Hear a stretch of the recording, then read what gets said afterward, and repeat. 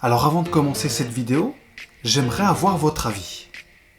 Aimeriez-vous habiter dans une maison hantée? Malgré le fait que j'adore enquêter, fouiner dans des lieux supposés hantés, le fait que je vive dans une maison bourrée de fantômes et qui se manifesterait toutes les nuits, non, pas pour moi, vraiment pas. Vos avis m'intéressent.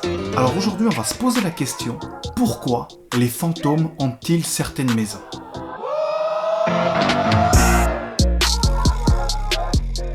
Dans une très grande majorité des cas, les esprits hantent un lieu à cause d'un événement survenu pendant leur vie terrestre. Qu'il s'agisse d'une mort violente, tragique ou inattendue, est souvent la cause d'une hantise. Il arrive parfois que certains fantômes ne prennent pas conscience qu'ils sont morts, tandis que d'autres ont une mission bien particulière à accomplir, comme par exemple démasquer leur assassin, révéler un trésor, demander une sépulture décente, etc., etc.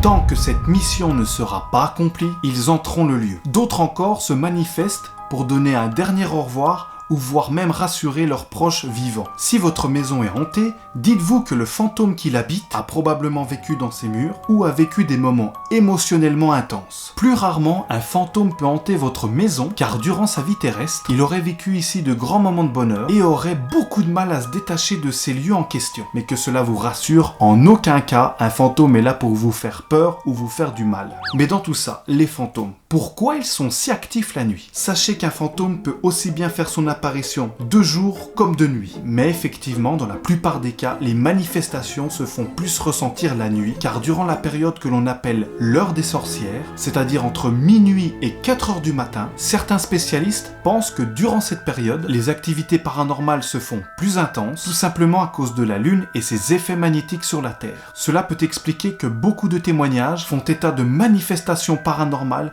durant les nuits de pleine lune. Il y a également une autre théorie qui dit qu'à 3 heures du matin, le monde de l'invisible ainsi que notre monde à nous serait au plus proche, ce qui ferait que les manifestations seraient beaucoup plus intenses à cette heure précise. Si vous l'avez déjà remarqué, dans beaucoup de films d'horreur fantastique, c'est toujours à 3 heures du matin où c'est le plus gros bordel. Donc si tu te réveilles à 3 heures du matin, dis-toi bien que c'est peut-être pas normal.